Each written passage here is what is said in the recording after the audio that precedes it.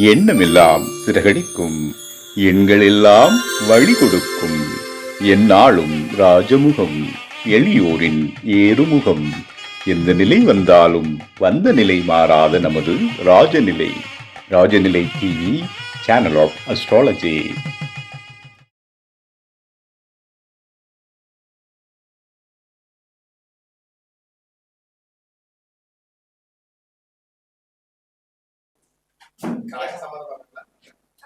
வாழ்க வளமுடன். குரு அருளாலும் எங்களுக்கு அனைத்து வழிக்கு சொல்லிக் கொடுக்கிற மருதமலை குருஜி ஐயாவின் திருப்பாதம் பணிந்து என்னை வழி நடத்தி கொண்டு இருக்கிற இந்நாள் வரை வாராயின் சக்தி துணை கொண்டு மீனராசியினுடைய பலன்களை சொல்ல இந்த இடத்துல வந்திருக்கிறேன். குரு இதுல ரொம்ப சந்தோஷம். எனக்கு பிடிச்ச ராசியே குரு தான். ஏன்னா குரு அதிபதியா இருக்கக்கூடிய மீனராசி எனக்கு ரொம்ப பிடிக்கும். எப்படி பிடிக்கும்னா, குரு சேவையே நான் சின்ன வயசுல இருந்து செஞ்சுக்கிட்டு இருக்கிறேன். குருனா எனக்கு அழகா பிரியும். சரி, கடைசியா குரு ராசி மீனராசி பேச போறோம்னு சொன்னோன்னு ரொம்ப சந்தோஷப்பட்டேன். ஏன்னா குரு அருள் திருவருள் உண்டு. குரு அருள் தான் ஒரு முக்கியமா எல்லா விஷயத்தையும் இது பண்ணும். அப்படியாப்பட்ட புரட்டாதி 4, உத்திரட்டாதி 1, 2, 3, 4, ரேவதி 1, 2, 3, 4 இந்த நட்சத்திரத்தை கொண்ட குருவினுடைய அதிபதியாக இருக்கக்கூடிய மீனராசி. இந்த ராசியினுடைய அதிபதி பாத்தீங்கன்னா குரு. இப்ப தமிழ் புத்தாண்டு பலனை பார்க்கும்போது இப்போதைக்கு அந்த நாளினுடைய இதை போடும்போது புத்தாண்டு மணிக்கு பார்க்கும்போது குரு 4ல தான் இருக்காரு. அந்த குரு மாந்தியோட சேர்ந்து இருக்கிறாரு.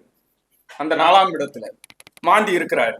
அப்ப இது என்ன பண்றாங்கன்னா, உடல் அதாவது தூக்கம் கிடையாது உங்களுக்கு. முன்ன மீனராசிக்காரங்களுக்கு முக்கியமான பாயிண்ட் என்னன்னா, ஃபர்ஸ்ட் நெகட்டிவ் சொல்றோம். ஏன்னா அதுல இருந்து விடுதலை பண்ணுவது எப்படி அப்படின்றதுக்காக தான். முதல்ல உங்களுக்கு தூக்கம் வராது, யூரினரி ட்ராக் இன்ஃபெக்ஷன், முதுகு வலி, இது மாதிரி வரும். இதுக்கெல்லாம் என்ன காரணம்னா, தூக்கம் வருவதில்லை. எதையோ போட்டு சிந்தனை கொண்டு இருப்பீர்கள். அந்த சிந்தனையிலேருந்து வெளியே வரணும். உங்களுடைய மொபைல் இல்லை வேற ஏதாவது ஒரு இதுல நீங்க அடிக்ட் ஆகிருந்தீங்கன்னா அதுல இருந்து வெளியே வந்தா மட்டும்தான் நீங்க ஜெயிக்க முடியும். சனி உங்களுக்கு இப்ப ஜென்ம சனியா நடக்குது. அதனுடைய பலன் பாதிப்பு வராதா? இருக்கும் தான். அதெல்லாம் மாற்ற முடியாது. ஆனா அந்த இதுல இருந்தா அதுல இருந்து பாதிப்புல இருந்து எப்படி விடுதலை ஆகலாம்னா, காலையில சீக்கிரம் எழுந்திருக்கணும், தன்னுடைய வேலை தானே செய்யணும். அவங்க அதாவது ராசியினுடைய 7ஆம் இடத்தை சந்தோஷப்படுத்தணும், 5ஆம் இடத்தை சந்தோஷப்படுத்தணும். குழந்தைக்காக எதா இருந்தாலும் செஞ்சு கொடுக்கணும். கணவனுக்காக எதா இருந்தாலும் செஞ்சிடும், மனைவிக்காக இவர் ஏதாவது செய்யணும். அப்படி இருந்தா மட்டும்தான் வாழ்க்கையில ஜெயிக்க முடியும். அதாவது இவங்க இந்த காலகட்டத்துல வாய் மூடினால் வாய்ப்புகள் கிடைக்கும். அதே மாதிரி புரட்டாதி நட்சத்திரத்துல 4ல பிறந்தவங்களுக்கு பலன் இந்த தடவை நல்லா இருக்கு. உத்திரட்டாதி நட்சத்திரத்துல பிறந்தவங்களுக்கு கவனம் தேவை. ரேவதி நட்சத்திரத்துக்கு அலைச்சல் அதிகமாக இருக்கும். கவனமா இருக்கணும், வாய மூடிக்கிட்டு தான் இருக்கணும். ஏன்னா இப்படியாப்பட்ட ஒரு சூழ்நிலை தான் ஓடிக்கிட்டு இருக்கு அப்படின்ற ஒரு விஷயம் சொல்லக்கூடிய ஒரு விஷயம் இருக்கு. அதே நேரத்துல ஜூன் 1ஆம் தேதி பிறகு குரு 5ஆம் இடத்துக்கு போவாரு. 5ஆம் இடத்துக்கு போன உடனே நகை அடமானத்துல வச்சுங்க இல்லையா, நகை தன்னால வந்துடும், பொருளாதாரம் வரும், அனைத்தையும் கொடுப்பார். ஆனால் மிக சோம்பேறித்தனத்தை கொடுத்து விடுவார். கடல் ராசி அது. எப்படின்னா, எடுத்துக்கலாம் டக்குன்னு கண்ணீர் வச்சிடுறீங்க. அது எதுக்காக கண்ணீர் வைக்கிறீங்கன்றதே கொஞ்சம் யோசிக்க வேண்டியதா இருக்கும். தேவையானதுக்கு நீங்கள் கண்ணீர் வைத்தால் ஜெயிக்க முடியும். அதை கொஞ்சம் நீங்க பாத்துக்கணும். இந்த உலகத்திலேயே யாருமே இல்ல, உங்களை மட்டும்தான் நம்புறாங்கன்னா அவங்களுக்காக எதையும் சொல்லக்கூடிய விஷயம் இந்த மீனராசிக்கு தான். 12ல ஆக இருக்கிறதுனால உடல்நிலையில் கவனம் இருக்கணும். தூக்கமின்மையா இருக்கும். குருவுக்கு புனிதம் இடம்.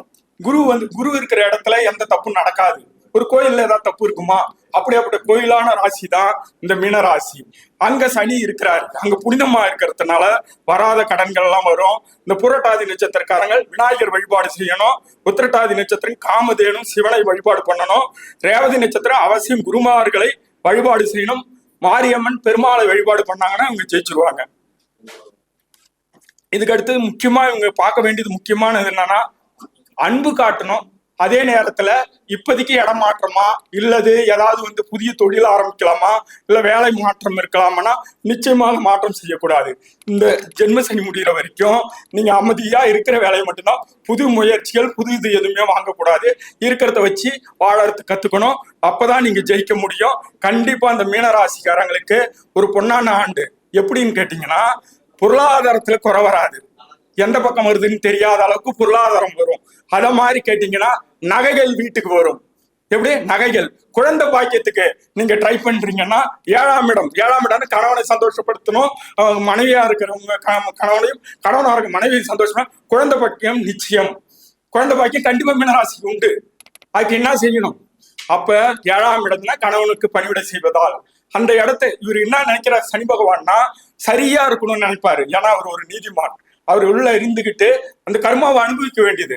சனி பெயர்ச்சின்னா என்னன்னா, தான் செய்த அந்த ஏழ்நாடு அப்படின்னு சொல்லக்கூடிய விஷயங்கள், ஜென்ம சனினா தான் செய்கிற கர்மாக்களை அப்போது அனுபவிக்கிறதுக்காக அதுக்கடுத்து புகழ் பெற வைப்பாரு. எப்பவுமே சனி பகவான் மட்டும் உன்னுடைய விஷயங்களை எல்லாம் படம் போட்டு காட்டிட்டு திரும்பி ஜெயிக்க வைப்பாரு. அப்படியேப்பட்டவர் தான் இந்த சனி பகவான் உங்களுக்கு வந்திருக்கிறது.